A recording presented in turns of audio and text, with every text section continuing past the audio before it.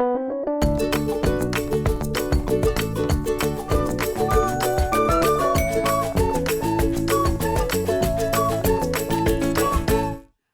welcome back. This week we are very lucky because we have a real bona fide expert. Her name is Susan Stiffelman, and she is a family therapist, and she writes the weekly advice column for families on the Huffington Post. She is a mother, and she is the author of this book that just came out. It's called Parenting Without Power Struggles. And she was on the Today Show, and now she is on The Mom's View. Wow, so welcome. Thank you, ladies. This is so fun to be with you. Will you tell us a little bit about your book and your philosophy? And Sure. Yeah, the book is really, I give workshops all over the country, and I speak at parenting groups and churches and synagogues and conferences, and people would come up to me and say, I love what you said. I couldn't take notes fast enough. Will you come home with me? So I kind of put everything together into a book eventually, miraculously, and, was able to share what I'm teaching in a way that, allows people to really get to know the ideas for themselves. So it's sort of built on this idea that kids need us to be the captain of the ship in their lives. Mm-hmm. They really need somebody to be calmly and confidently in charge, which is not the same as control, because with control you feel frantic and desperate and you rely on bribes and threats to get things done. So I use my hands, and this will be real brief, but it'll give you an idea. This is the parent, the captain of the ship, and this is the child. Can I have some cake? Not right now. Why not? Because you won't eat your dinner. Yes, I will. No, I gave you cake last night and you didn't eat. But that's because you made meatloaf. I hate meatloaf. What do you mean you hate meatloaf? So we know this. If you're a parent, you live here a lot of the time, and there's a lot of pushing. Now it gets worse. Then the child might be up here saying, well, if you don't give me the cake, I'm not eating dinner at all. I'm not going to do my homework. And you're down here. And the tip-off is you feel desperate, you feel out of control, and to get back in control, or what looks like that, you're going to bribe and threaten. And so this is where you want to stay. No matter what your kids are going through, they want to know that somebody is in charge and doesn't leap over the side of the ship when the going gets rough. And so that's really kind of the basis. I talk a lot about attachment and connection and parenting from a loving and strong connection. But that's sort of the cornerstone. Wow. Amazing. I am so excited to read it now. Yeah, I know. I am down here a lot. I feel like this is me living down here, hanging out. What's up there? How you doing?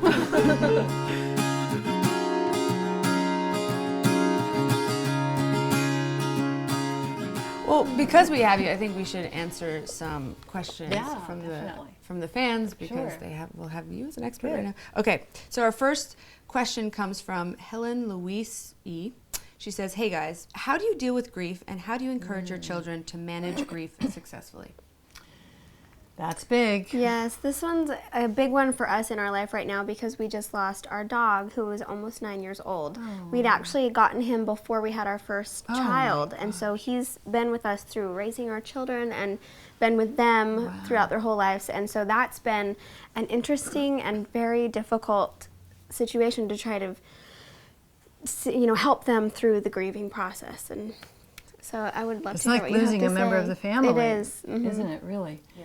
Well, I'll start by just saying, this idea of being the captain. First, I'm sorry. I'm sorry that you lost your dog. Thank you. But the idea here is that there are situations with our children that we can't fix. Right. And sometimes there are, not in the case of the death of a pet, where you clearly can't do anything, but it might be a situation where your child hasn't been invited to a birthday party, and you scramble to fix it in some way, because we're unhappy when our kids are unhappy. It's not what you want to see.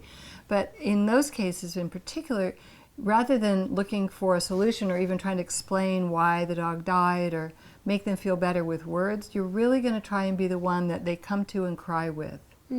That when a child is frustrated or they've suffered a loss, it's as though they're on a road and there's only two outcomes. And one outcome is that they become aggressive. So if your children don't get support with that grief, they may act it out. They may fight more with each other. They may do something to themselves. Or the other way, and this is what we want to help them do, is they adapt, but they have to go through these stages of denial. The dog didn't really die. They don't really believe it, which in your case is probably true because it's been part of their lives forever. Yeah. The anger, why did the doggy die, and maybe looking for someone to blame. the bargaining. Gosh, if I'm really good, will the dog come back to life? You know, because that's what we all do with loss, whatever, whether it's a death or it's the job you didn't get or a divorce. And then finally, we have to be the captain who helps them through that fourth stage, which is in Kubler-Ross's model, the model of grieving, it's depression. For children, it's not that we want them to be depressed, but they do have to be sad. They have to cry without us trying to explain away their upset. Just, I know, sweetie, we miss them, we really do. And then they move to the acceptance. So grieving is a part of life. Part of attaching to something and loving something is, you know, tolerating or enduring the loss of that thing sometimes. So I think it's really an important piece for children that we are that captain at those times. Right. I mean, there's maybe other situations, I don't know. Well, we moved here from Utah, and it's been a really, really hard thing for my little girl. She's 7, and we moved away from my parents that we saw every single day, friends that we saw every day. My kids went to daycare, so they had this other little family that we moved away from. And I feel like my daughter has kind of acted out because of that. And, you know, I want to feel up here like I can help, but I am feeling down here. I feel bad. I feel guilty. So how do you... Well, thank you. That's I mean, that's very personal, and it's big. I mean, I can tell even listening to you. So the thing is, you can't fix everything, nor would you even want to. Actually, I know this isn't the first thing I would tell your daughter, but the only way we become resilient grown-ups is to endure loss and frustration as children. If you think about it, you know, we're not raising children, we're raising adults. And the adults that I work with as a therapist or that I know in my life who can't adapt when things don't go their way didn't go through, you know, they had parents who fixed everything for them as children. So in your situation, the temptation might be, maybe let's move back, right? My first bit of advice, if you wanted it, would be to get very clear, because if you're hazy or you're ambivalent, your daughter will pick up on that. And she'll play you, or she'll play her dad. She'll act out like, gosh, maybe if I try really hard, or cry really, or complain a lot. So my first thing would be, are you absolutely clear? Because when you're absolutely clear, and this applies, the same thing is true with kids sleeping in your bed or getting to have ice cream for dinner. You have to know where you stand first. And then it becomes helping her be sad and languaging it, you know. And I teach something called Act 1. Act 2 parenting, which most parents do, explains away or tries to explain away a child's upsets.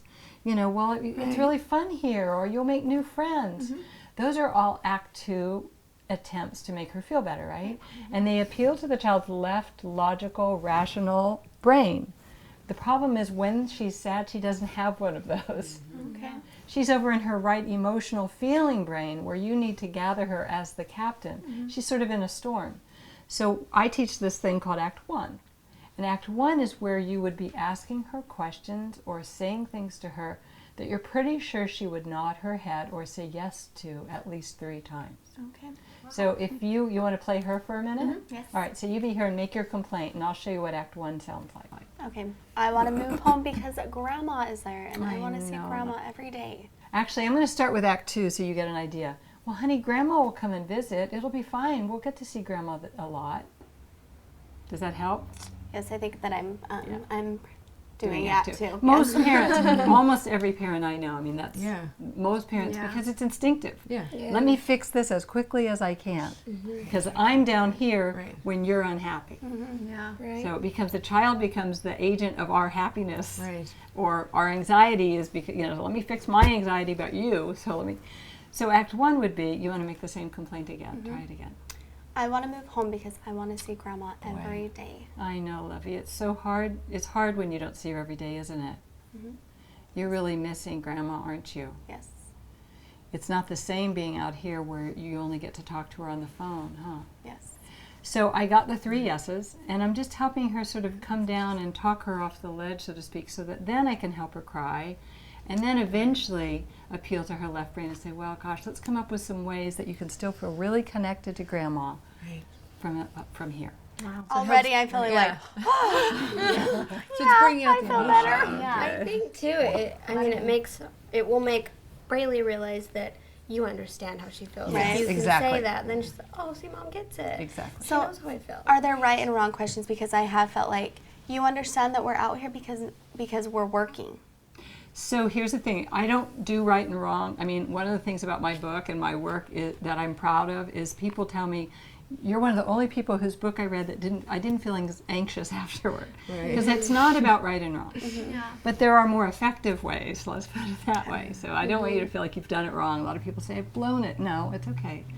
But what you're asking her to do when you explain to her why you're here is that you're asking her to get her left brain involved to process an adult concept that has no actual relevance to her to feel better. And really, it's what you said. What our kids want isn't that we fix their problems, really. It's that they feel heard and understood.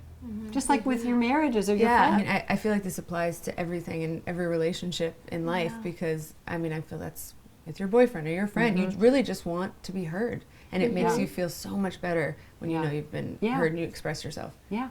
So it's helping them to express themselves. Yeah, we think that it's about fixing things, but actually we do a great disservice to our children when we make sure everything's perfect for them, even though, we can't anyway. But, it's much more about, am I fortifying my child or giving her or him resources and tools that he'll take into his adult life or her life? And no, I've lived through things. I can live through the breakup of my boyfriend, with my boyfriend. I can live through not getting the job I wanted.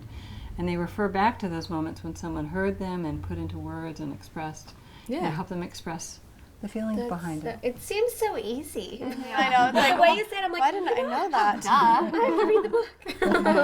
I think it's just hard as mothers and women because, as soon as we have that baby, our natural instinct is that baby's crying, like, how do I fix this? I feed them, I cuddle them, I hold them, I rock them. And so as they grow up, I guess it's just that insecurity and that power of letting go and giving them that chance to understand hurt or pain for the first time. And as a mother, we never want our children to experience that or feel that, but it's like, you have to learn that things are hard in life and that, no, you can't have that toy every time when you go to the store. And I know it's breaking your heart, but I'm sorry you can't have your 82nd Batman. I've had this conversation with Casey because, like, at Christmas time, I want to give my kids so much stuff, and they're like, and he will say, they don't need everything that they ask for because they need to understand disappointment. I'm like, what? No, they don't either. But when you're talking about these things, I'm like, he does what he's trying to do makes sense, In the bigger context, I mean, you're wired to, I remember when my son was born, I very calmly felt I will kill someone if they touch my baby, or try and harm my baby. It's the total strange, feeling on a daily it makes basis. you nuts. The mama bear. And you're not that big, and whatever. But if you take the camera back and you look at the bigger picture of what you're doing, you only actually have your kids for a relatively short part of their life. And within that, that's your opportunity to captain the ship to help them through the connection that you have and the love and helping them see their own value and build themselves from the core, their self-esteem and their sense of self, that you're really launching them toward most of the rest of their life without you fixing things for them. That's super hard for me because I have a little boy and he goes back and forth with his dad and with me, and I feel like the time that I have Cooper, it's like this great, my time is more limited than a normal mom because, we have to split our time, and so I feel like I always am trying so hard to, like, make this great relationship. Like, I'm almost forcing it sometimes, and I think he's just kind of like, whoa, mom, chill, and it's funny how he comes back. He has, like, these different behaviors for a couple days. You can tell how he's been with his dad, and then with me it's like it changes because I think I parent different, and so it's hard because we don't have that co-parenting relationship where it's like, how do you discipline, how do you talk to him, how do you help him reason and understand than how I do it. And so I always feel like I'm probably forcing my love down his throat, and he's probably like, I know you love me. He's 4. Oh, honey. I know. Yeah. No, I think that's a really great point, and I think it's one that a lot of parents can relate to, because a lot of parents are doing that back and forth, and you want to kind of compensate. You feel so bad that your kids are having to go through that and the guilt, but study after study confirms the fact that children of divorce do best when there is consistency, when you're the grown-up, and the whole Disneyland dad concept that ultimately doesn't serve our kids. So they got to keep on keeping on, sort of stay the course, just being the parent that he needs you to be, and holding, these are the limits, and they're still the limits. You still have to go to bed even though you're sad, and you can comfort your child when he's upset, but you don't want to be wishy-washy. Yeah, almost disservicing them. My mom and dad always, like, when we, growing up, they always said the worst thing that we could do for you guys is spoil you and give you everything you want. And working with kids, I'm like, oh, these kids are brats. They have everything they want. And that's always been a big thing for me. I'm like, I don't want to give my kids everything that they want or ask for, even, like Casey said. I think disappointment in some sense. It's hard for a parent, but just not on Christmas. Any day on Christmas or their birthday. I draw the line.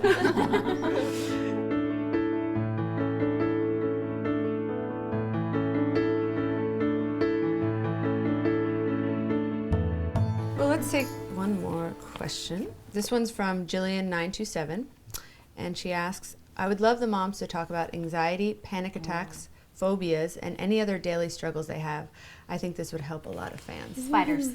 How do we get over spiders? You and my son. Oh, I hate them. No, but I think, anxiety is something I feel every girlfriend I have talks about different levels of anxiety. And I would love, I get it too. So I would love, any advice you have. Well, it's funny because, I see it at younger and younger ages with children too in my practice as a therapist, and I'm getting calls. I do coaching with parents around the country, and I seem to be getting more and more calls about anxious children. And I'm not sure if it's that we're so overexposed with the internet, with every possible information input device updating us on a minute-by-minute basis, or if it's just that we're more aware of crimes that happen just in the usual ways. But the thing that happens with anxiety with children is that our kids look at us to interpret how they should feel about something. So for instance, if there's an earthquake, in and of itself it's sort of a neutral event, right? They're going to look at you, and from the way you react to an outside situation, they're going to draw their conclusions. How should I feel about this? That was totally you and I when that guy was, he wasn't breaking in, but there was like a scary event where there was a man here and he was ringing the doorbell, and Kaylee and I were both like, and then the kids I couldn't were even crying turn my phone on. I was like, how do I call on this? I don't know how to call on this. You're totally right. I think because we hadn't prepared really ourselves and how we were going to react in that situation, and so it was just, and her husband was gone, and it was just us, and we're like, okay, kids, if he breaks in, you run, and then in the bathroom. We're like, hide in the shower, and then we were crying. It was just yeah. So we were definitely not the captain. I was like jumping overboard with my hands behind my back, Peter Pan style. There was apparently a story where a kid who had been quite helicopter parented, coddled. There was a dorm fire. There was a fire in her dorm, and she called her mother. Oh no! Rather than 911. I know. I'm like, I might have done that. I think the first time I went out to eat in college, I called my mom. I was like, "Mom, we're at Applebee's. How do I like my steak cooked again?" She's like, "Medium well." When I first thanks, moved Mom, out, love you. I would call my mom and tell her, "I'm gonna go to the movies tonight." And she was like, "Kaylee, you don't have to call me and tell me what you're doing anymore." Yeah, it's 2 a.m. and I'm still up, Mom. What? We live on the edge. That's great. I'm drinking regular Coke, Mom, not diet. Yeah, so they look to us, how should I feel about this thing that's happened? Now, there's that, and some of us are wired we're just more vulnerable biologically, neurologically to anxiety. Sometimes we see that goes with depression, sometimes with ADD, I call it ADD-ish, that's a whole other topic, but some people are just naturally more sensitive, their filters are thinner, they absorb more, they take in more. We have, usually with the really anxious kids, they are more sensitive children. They're just more, they're heightened, their awareness is heightened, but so they're very tuned into how you're responding or reacting to something. Now, you can't get away with being panicked and, flinging things around and saying, don't worry. You actually have to live it. You have to inhabit a place. So a lot of what I teach is mental. And it's a lot about looking at the thoughts that you're thinking. I call them thought pills. What thought pill did you swallow that caused you to freak out, to get afraid, to lose your cool, to worry? And quite often when you look at the thought, you can, I call it interrogating the thought. You look at what thought pill you were about to swallow. Is it even true? And I teach children something. It's called ABC thinking, and I talk about this a lot. It's a really great technique with kids where we teach them to look at A is the actual thing that happened. So the teacher looked at their paper, looked up at them like this, and then looked back down. C So we'll skip V for a minute. The conclusion or consequence, they felt nervous. And I teach them, well, what was the B? What did you believe that connected A to C? And usually they believe the teacher was mad, or the teacher thought it was a bad essay. So when you help kids start to learn it, the thought or belief that gets them to be anxious, you empower them with something kind of a practical tool to, and adults as well. Well, because assuming things can create a lot of anxiety. Yeah. That's something, I forgot where I read that, but if you can stop assuming that you know what that person is thinking Exactly. or it's happening, it'll relieve a lot of anxiety. Yeah. Or my little boy, I don't know if this is too personal to share, but anytime he goes to the bathroom, he has to declothe from head to toe That's not completely. uncommon. And Yes. he has to move the clothing. He can't see the clothing. And I asked him, I said, so one time I was like, Cooper, we cannot do this every place we go, in the airport, in the rest stop. Like, I can't take off your underwear, your socks. Like, it's just too much. Is this like, for both versions of? Yeah, it always, no, not All both right, versions. got it. So yeah, only when he has to sit down. Sorry, everybody. But so finally, I was like getting so frustrated and annoyed. Like, no, you can't take off all your clothes. It just takes too long. We're late for our plane. So finally, I just like got down on my knees and I looked. I'm like, why do you feel like you need to take off your clothes and move them? He said, Mom, it makes me nervous if I can see them. And so then I was like, well, why does that make you nervous? They're not going to bite you. They're just like J. Crew jeans. Like, you know, like I just don't understand. So what do you think? So the thing is, first to understand is that our brains dictate a lot of our behavior and mood. You know, don't underestimate the impact of the way you're wired, because there's more and more evidence that shows, you can see in scans of the brain and fMRI studies, you can see sort of the basis for obsessive, you got a little taste of that, obsessive characteristics and qualities, anxiety, depression. That doesn't mean that he should be medicated, but it means it might help you understand and be more compassionate and accepting that his brain is wired in a particular way. Yeah. And you may, if you think about it, look in the family tree, and on either your side or his father's side, there may be some anxiety or obsessive compulsive qualities, if you think about it. And sometimes you won't see that, but you'll see alcoholism. You'll see a compensation for what would have been a lot of anxiety or depression. Somebody was addicted to substance, or they were making themselves feel better, you know, so they didn't have those symptoms. So the first thing is that what you did, though, is that you eventually got down on his knees, and you know, I might have framed it a little bit differently, sweetheart. And actually, let's back up. I would even do this when you're not in the bathroom. Yeah. So I call it a Sunday afternoon Act 1, where you're not in the throes of the crisis. Okay. So you pick a time when you and he are close, you're relaxed, he's been with you for a day, you're really feeling connected, because everything good comes from connection. And you say, you know, honey, there's something I want to talk with you about. Is now a good time? I always like to be invited to the party, because we usually crash the party. You know? Mom's a I'm going to tell you what I'm going to... Let me give you some advice that you don't want, and you're not open to hear it. So, is now a good time? And he might say yes. You know, I really want to understand what goes on for you when you want to go to the bathroom and sit down. I know you're really uncomfortable, huh, with your clothes on. And you don't like even seeing your clothes, right? And there's something about it that feels very important to you. Will you help Mommy understand that? And then listen. And the theme song, according to Susan Stiffelman, of Act 1 is, what is it like to be you? And then tell me more. Because the first step to being the captain, you have to know what you're dealing with. Yeah. We don't know. You know, a child might say, you love my sister more than me. And we jump on that bandwagon and start explaining why that's not true. But actually, the complaint stems from the fact that nobody ate lunch with her today, right? And we are spouting all kinds of wisdom about how we love our kids the same. So, you know, I'd like to know more first. What is at the root of this? He might have heard something once that said, if you soil your jeans, the tooth fairy won't give you a quarter. Who knows, right? Yep. So you need to kind of root around for the actual origin or cause or source of that. Okay. Yeah, I used to have obsessive compulsive behavior when I was a kid too, so I was really curious about that, Cool. because that's what's going on in your Yes. head. As a kid, I'd be like, if I don't do, and it'd be the most irrational, crazy thing, I'd be like, everyone I know will die. So I am responsible for, I have to do this, I have to do this, and I'd be up for hours doing all these things that I have to do. So it can be, you know, I related to It's good to see Cooper. that I you're was like so great now, because I'm like, okay. everything's great. But now imagine, No, but I was you're- like, I know what he's going through. I can spot it in lots of kids. I'm like, oh, Yeah. I know And what if your what's parents going had said, well, don't worry about that. That's Right. ridiculous. on. Right.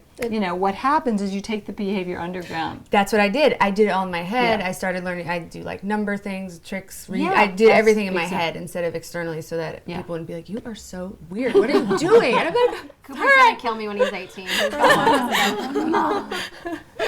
so yeah. But it's better that he's, you know, feels safe Yeah. enough with you to say, this is this weird thing It I just do. was a Help weird me. thing to hear. I thought it was very mature for a 4-year-old to say. It makes me nervous. To Yeah, see I them. do too. Yeah. So then I was like, well, what the heck has Yeah. happened or you've seen or Yes. related to that Yeah. that particular situation would make you nervous? And it could, the thing about kids is they're so impressionable. It could have been one person at a daycare 2 years ago who said, don't you touch your clothes to that poo-poo, Right. you know, like, Yeah, and there something. he's off and running, you know, that it became something that you wouldn't even know. yeah. And it just keeps going back to them being heard. And if they feel heard, it feels safer. You know, you Yeah, can talk about yeah, it. So yeah. that's And I think we're really open with each other. So but I'm glad to like you said, to take it out of the situation. Right. Because Most parenting issues are better if they're predictable, if there's something that you face a lot. It's much better not, like people will say, what should I say when my daughter bites her brother? Well, I'm much more about preventing those problems than what you do in the heat of the moment, because most problems are pretty, you know, chronic. You know, Right. it's not like a one-off thing. You can kind of predict this is something your son does. Some kids always melt down in the grocery store, so it's like, how do you prevent the problem? Not what do I say to try and scramble for some semblance of control when it's going on. yeah. well. This has been so amazing. I love having you here. Likewise. You have to come back. I'd Yes. love to. Thank you. I please would do. very much love that. You guys are very cool. Feel very, very I know. spoiled. I'm like, stay for a Yes, couple I more love hours. it. I'm so excited to read your book now. I know. I know. Good luck. Again, Parenting Without Power Struggles, which we are going to do a giveaway on our Facebook of the book. So you got to go there and check it out. And we also have this yoga pad and bag. So you have to go to our Facebook For the giveaway. For the giveaway. There's And a water bottle in there too. Oh, Try to yeah. see it. Already there's a looked water at. bottle. An algae bottle and a bag and a mat. This and is a book. amazing. I love it. You're covered in your head and your body. And your Yes, between all of this. All right, guys, we'll see you next week. Don't forget to leave us some comments. Love you guys. Thanks for stopping by. Bye.